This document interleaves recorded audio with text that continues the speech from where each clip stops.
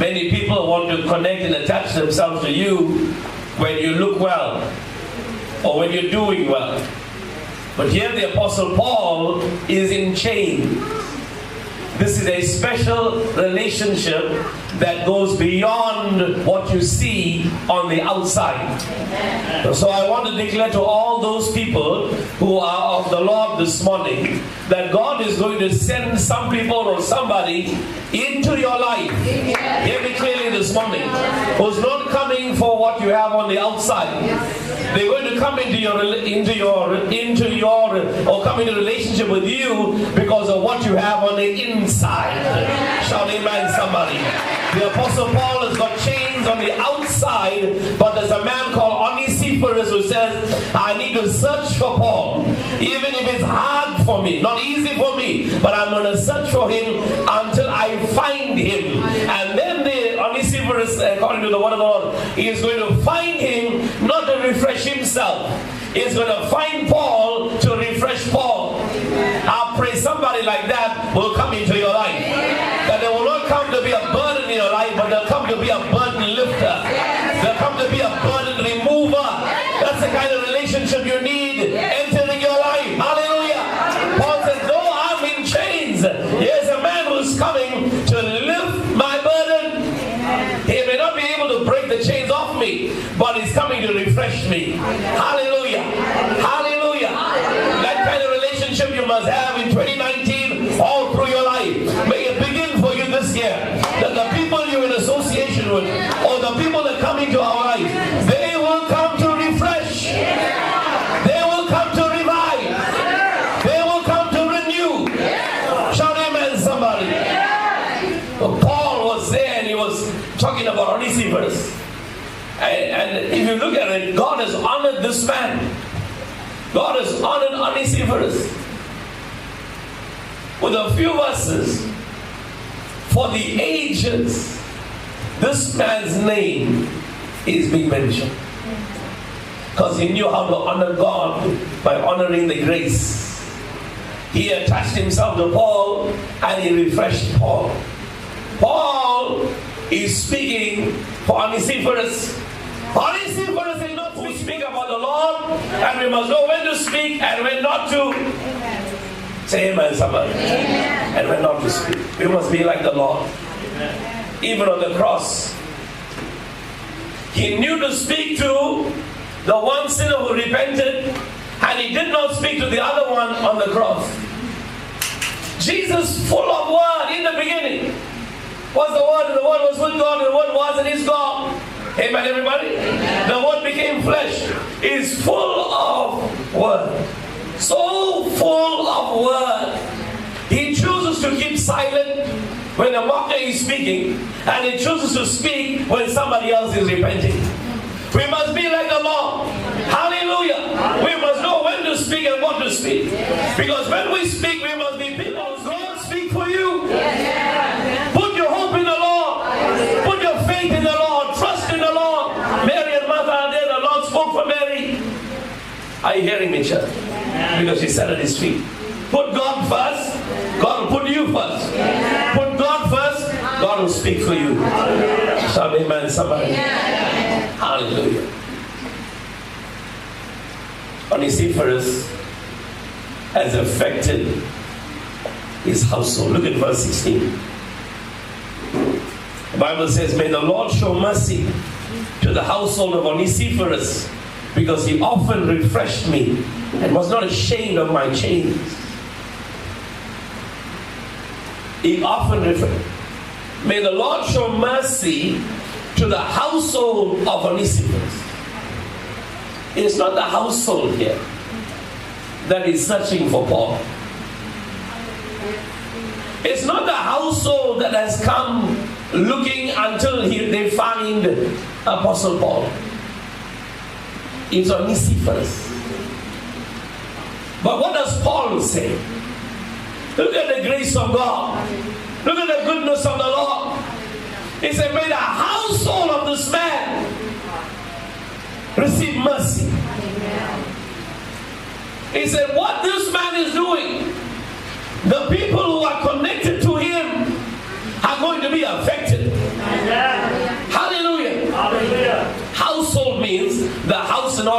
occupants. It means a family. So when Onesiphorus was reviving and refreshing Paul, when Paul was in chains, and it was not easy for him to go to Paul. Maybe it wasn't easy, in other words, to say to go to church, but he still went. John 15 verse 5. It says, I am the vine, you are the branches. If a man remains in me, and I in him, he will bear much fruit. Apart from me, you can do nothing. Ephesians 4 verse 16.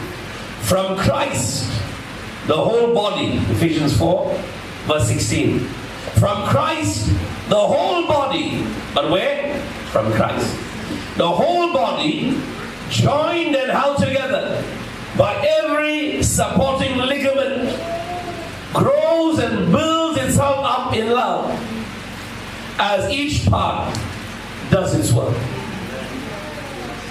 Every part of the church must do its work.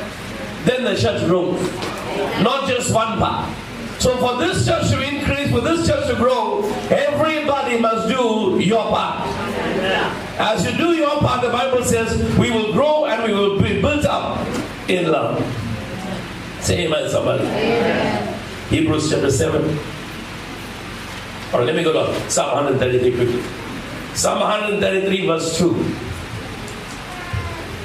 Precious oil poured on the head, running down on the beard, running down on Aaron's beard, down upon the collar of his robes. I want you to see where the oil is poured. The oil is poured on the head.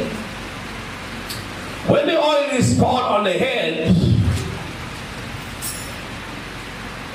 the oil then begins to flow on the beard. Then begins to flow on the robe. The part that gets the most oil is the part that's closest to the head. If I pour oil on somebody, most of the oil will be on the head. It begin to drip. It'll flow on the beard, flow on the head, shoulder, and begin to flow down to the collar of his robe. The further you're away, the least the oil. The closer you are, the beard to the head, the more the oil. If you draw closer to God, God will draw closer to you. You will resist the devil, and the devil will flee. Onesiphorus refused to be far from Paul. He chose to get closer to the oil. You can make a decision. You can be far from the oil, or you can be close. It's your choice. But the oil is there. Hallelujah. The only time the oil stopped flowing in the book of Kings for the widows is when their sons couldn't bring any more child. Then the oil stopped. There's always oil. Further away, least oil. You want to be far from God? There's going to be less oil in your life. You need the oil. Because when the oil comes, it breaks the bondages. You want to fight in life by yourself, you'll collapse. You won't make it. Onesiphorus refused to have little oil. Said, I know where the oil is. I know where the grace is. I know where the power is. He refused to be far. The Bible says he searched hard for Paul. To search hard for Paul means it wasn't easy to build a relationship. It took 7 sons to be out of the way before David was found. You want to find the first Shammah? You're going to Shambok. You're going to find Eliab, Abinadab, thinking that's your king? No. King Saul only took. He depleted Israel. But when Samuel saw David, the Lord said, now you shall arise. Don't sit. This is the one. So sometimes, listen all the young people, you must wait for the right one. How will you know who's the right one? The Lord spoke. Our God is not a dead God. When He speaks, you'll have the right one. Hallelujah. And even if you have difficulties, because He's the one from the Lord, or she's the one from the Lord, you will overcome. You'll have victory. Because God will be with you. When God is with you, first, may the mercy of God be upon you and your household on the day of judgment. I want to share with you, church. You have opportunity to bless your future. Onesiphorus and his household received a blessing for their future. He said, when that day comes, and my God, look who's talking. Paul is in chains. He is giving a blessing. Don't underestimate somebody only because of what you see on the outside. Hallelujah. The four lepers. And when he saw Paul, I think of David and Jonathan. How Jonathan's heart was knit with David. After David had killed Goliath, he still remained humble. He said, I'm your servant, son of your servant Jesse. He didn't say, I just killed Goliath. And Jonathan was moved. You killed Goliath, but you are telling the king, you're the son of your servant Jesse. You have not become proud.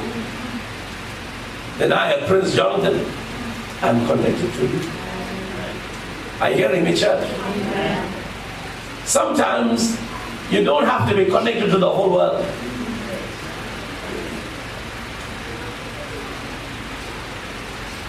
But there are divine connections. Last night, a small key will open a big door. Amen? Amen. When God connects you, it will happen. Amen. The miracles will not be able to stay away from you. Yes. It will come to you. Future is blessed today because of what you do. Because of what you're doing today, your tomorrow has been taken care of. Finally. How do you think the Apostle Paul felt? If you read the verse 15, which I didn't read to you, it says some people had deserted Paul. At that time, Onesiphorus is coming to Paul.